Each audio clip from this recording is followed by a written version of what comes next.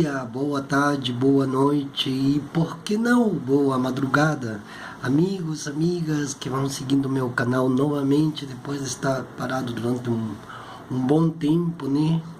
Por causa de alguns problemas que a gente está tendo devido aos grandes problemas sociais. Não nos esqueçamos que nossos problemas individuais também são coletivos, né? Eu quero seguir aqui explicando um pouco sobre Abya Yala, principalmente em relação a algumas perguntas que eu recebi no PV, né, nos grupos de WhatsApp onde eu estou inserido e onde de alguma maneira eu vou explicando um pouco Abya Yala, Pindorama, como horizonte de luta, né? No vídeo anterior eu fiz uma explicação bem intuitiva, né? Ou seja, desde o sentir de Abya Yala. Mas agora eu quero me esforçar um pouquinho para explicar cientificamente o que significa Abya Yala como uma indigeneidade transhemisférica, né? Muito interessante que esses conceitos de indigeneidade e transhemisfério justamente tem a ver com algo que lá fora já está em curso, que se chama transmodernidade, ou seja, transcender a modernidade. Em algum outro vídeo eu vou explicar o que significa a modernidade, porque se fala muito o moderno, modernização, moderninho, os tempos modernos.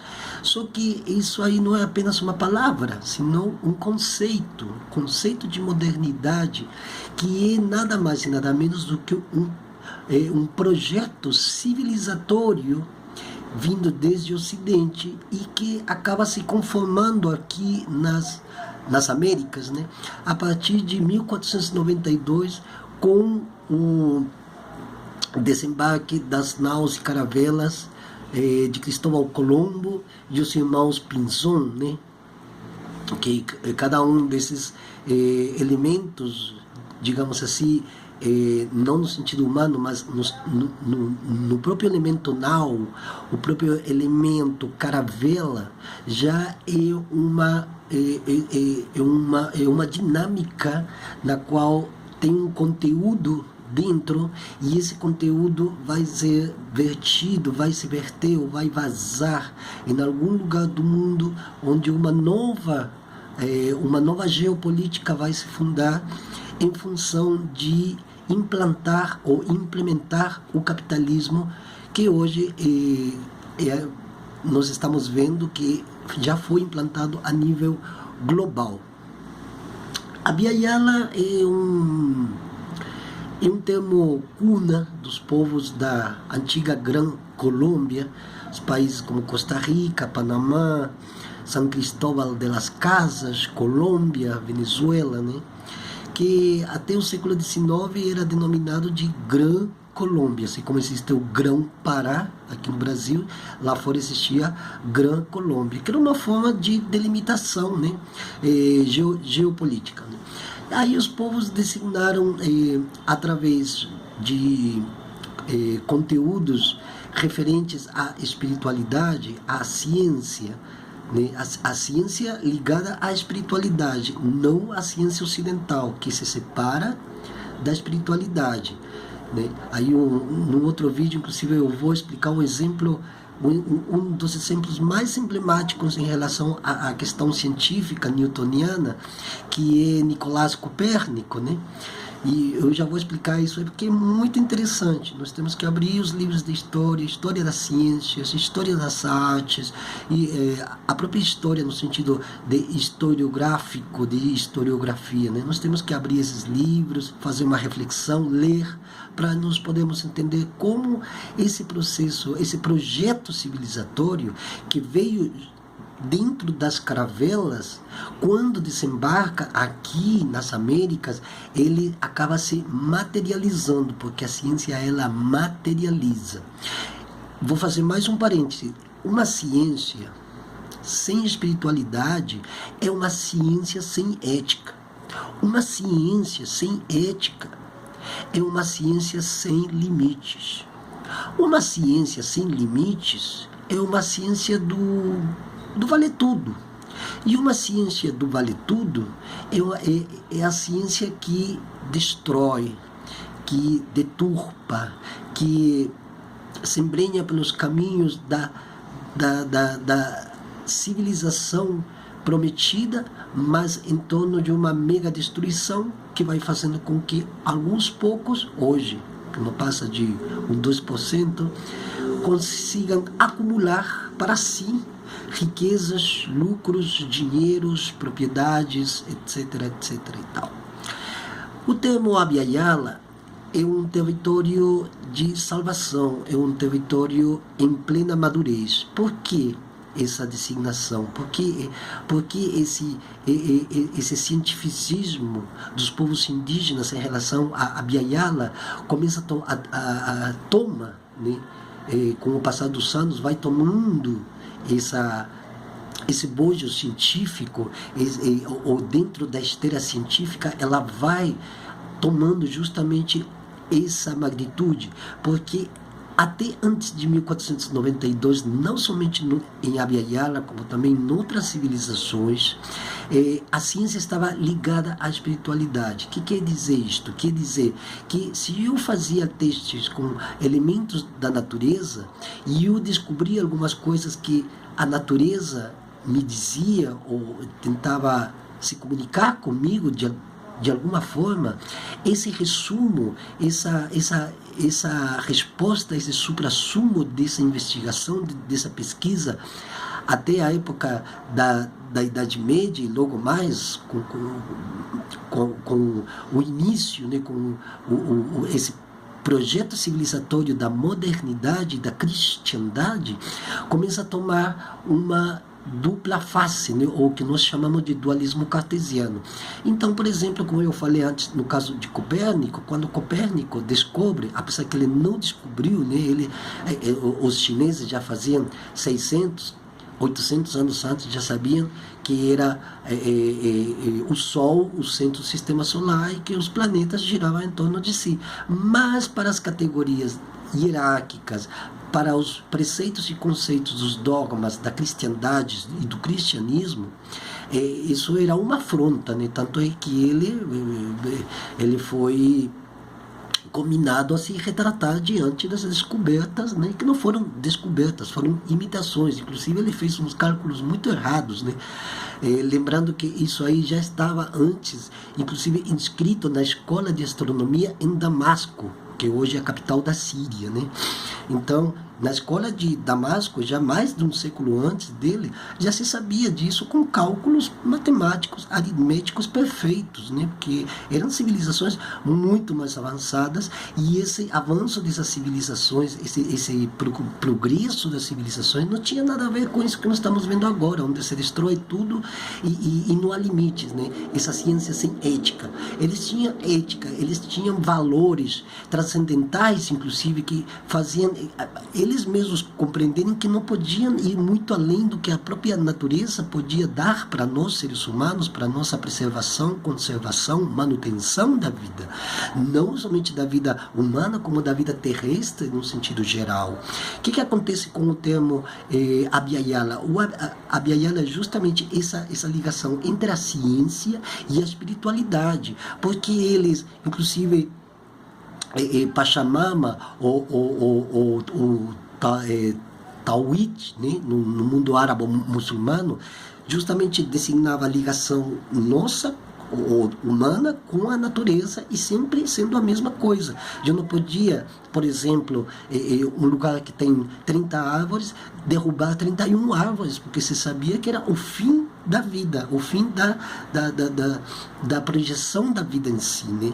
E isso aqui não é como fetiche, não. Isso aqui é como uma propagação desde o âmbito espiritual, de que a vida tem que ser cuidada, e mesmo nessa suposta morte do ser humano, que a morte é uma invenção judaico-cristã, a vida continua. Então, nesse processo de abiaializar a vida, e que surgem, por exemplo, o conceito de Pachamama ou de Tawhid, né, no mundo árabe-muçulmano, como eu falei antes. E aí esse termo acaba sendo não um nominalismo dentro da filosofia nominalista, onde tudo tem nome e a partir do nome as coisas são dominadas e preenchidas de conteúdo, mas a partir de um pensamento único, universal e totalitário. Aqui era totalmente diferente. Aqui existe uma pluriversalidade de significados e significantes que partem de uma questão científica e vai junto, para e passo, com a espiritualidade dos povos, principalmente dos povos originários do mundo inteiro, praticamente, principalmente do sul global, né?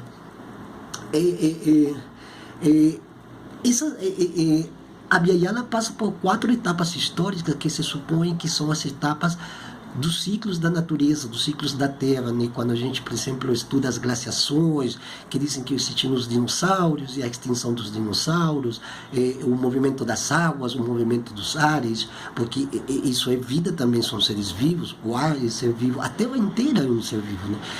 Ela vai passando por vários ciclos, né? Então temos, por exemplo, o primeiro ciclo, que é o Ala Gunyala, que é o processo de criação, que é o processo de criação que parte da própria dinâmica natural da Terra, né?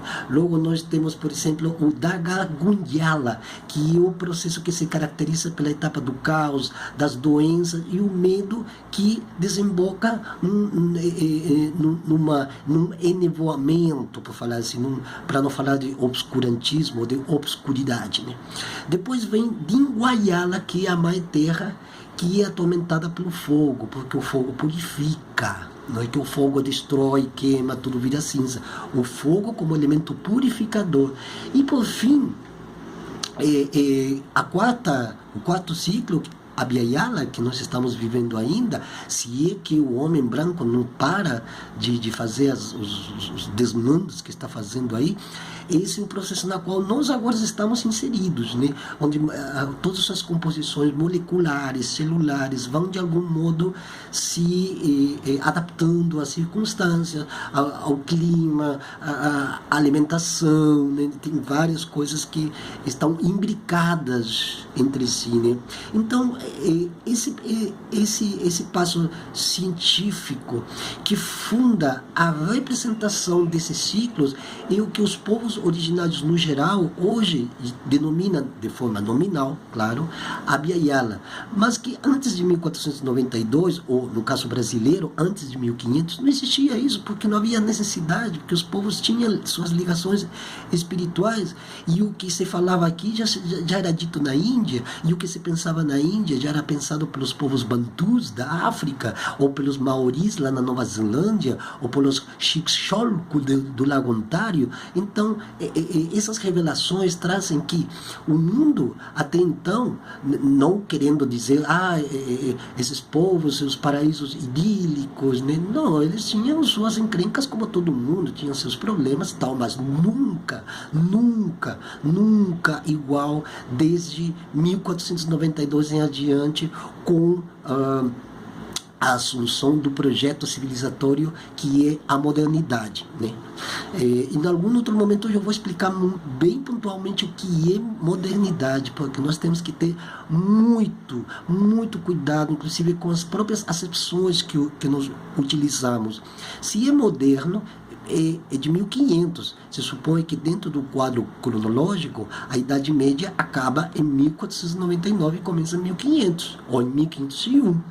Só que a modernidade é o continuismo da Idade Média com um outro carisma, uma outra faceta, com uma outra forma que faz com que os povos acreditem justamente no que acontece no século XIX, com termos como progresso, desenvolvimento, modernização. Os povos acreditam que nós estamos vivendo a melhor época de todos os tempos da história da humanidade, quando tudo o contrário, nós estamos vivendo a pior época de todas as grandes civilizações da história universal, inclusive dos 6 pilares principais das culturas mundiais que sustentaram o planeta durante milênios e milênios e nunca aconteceu nada parecido do que nós estamos vivendo hoje, porque a ciência era ética, porque a ciência era ligada à espiritualidade. Então havia um respeito com os animais, havia um respeito com as águas, um respeito com o céu, sabia-se o que se podia tirar como recurso, né, da terra com T minúsculo, e também se sabia o que poderia acontecer se caso avançasse esse modo de extrativismo, por falar assim. Nós poderíamos, a nível de terra com maiúsculo, acabar com todo sentimento de vida e existência, né? Então, nesses 4 ciclos da vida, na qual os povos, inclusive os povos indígenas de Abya Yala e de Pindorama, estavam interconectados com a terra, e a terra produzia as necessidades que os povos tinham para poder viver, né? Então, acontece que nessa representação, Abya Yala vem juntamente como uma alavanca para que essa ciência ligada à espiritualidade fosse realmente a base da vida de todos os povos que existiam até antes de 1492, 1500, falando de Abya Yala ou das Américas, né? Nesse processo também existem outros pequenos detalhes, como, por exemplo, a visão que cada nação, que cada povo tinha em relação, por exemplo, a uma árvore, a uma planta, a um rio, a uma cachoeira. De aí que surgem, por exemplo, os elementares, que são os espíritos das águas, são os espíritos das árvores, são os espíritos das flores, os espíritos dos insetos, que não tem a ver com essa questão espiritual, metafísica, cartesiana, católica, evangélica, religiosa, luterana. Não, é uma coisa que justamente nesse elo liga a capacidade do indivíduo, por falar assim, dos povos individuais, cada um deles, a manterem o cuidado necessário para a manutenção dos espíritos, para que os espíritos possam realimentar digamos assim, aquela planta que foi extraída para fazer um chá, por exemplo, aquela árvore que foi derrubada para criar uma oca, né, para ter um lugar para se proteger da intemperança do meio ambiente, né? Então era o espírito que fazia o trabalho de fazer ressurgir aquilo que foi extraído, para que o outro que estivesse com problema de alimentação ou com algum problema de doença, suponhamos, do estômago, pudesse retirar essa planta, fazer esse chá, se curar, e no processo de cura vai juntando o agradecer a Pachamama e o espírito que ressurge novamente para realimentar a raiz dessa planta que foi extraída. E isso aí tem conceitos físico-químicos que respondem exatamente a esse tipo de visão, ou melhor, de cosmovisão de mundo, né? Então, de cosmopolítica, porque isso também é política, cosmovisão, cosmopolítica, esse sentido holístico da humanidade, não esse unilateralismo que nós vivemos hoje, né? Então, para não me estender muito, parentes, não parentes, bom dia, boa tarde, boa noite, mais uma vez. Eu deixo agradecimentos para quem for assistir esse vídeo, e também eu vou aproveitar para dizer que se alguém quiser dar uma pequena colaboração para eu, nesse pequeno espaço que eu estou aqui em São Paulo, eu possa manter as minhas diárias e poder fazer diariamente vídeos, né? Se alguém quiser colaborar, eu tenho um Pix aí, e somente para manter esse espaço e poder criar esses vídeos, porque se não tem um espaço minimamente privado, com as mínimas condições possíveis, para mim fica difícil estudar, como eu estou estudando aqui agora, e poder fazer vídeos e chamar ao debate, chamar à discussão, os comentários, sugerir. Eu quero que vocês participem, porque não quero ser eu aquela coisa, né, do professor e o recipiente, né, que o sistema educacional que existiu durante todo o século XX, né? Então deixo esse agradecimento aqui, muito obrigado, parentes, pessoas em geral, todo mundo, amo muito vocês, e amanhã continuamos.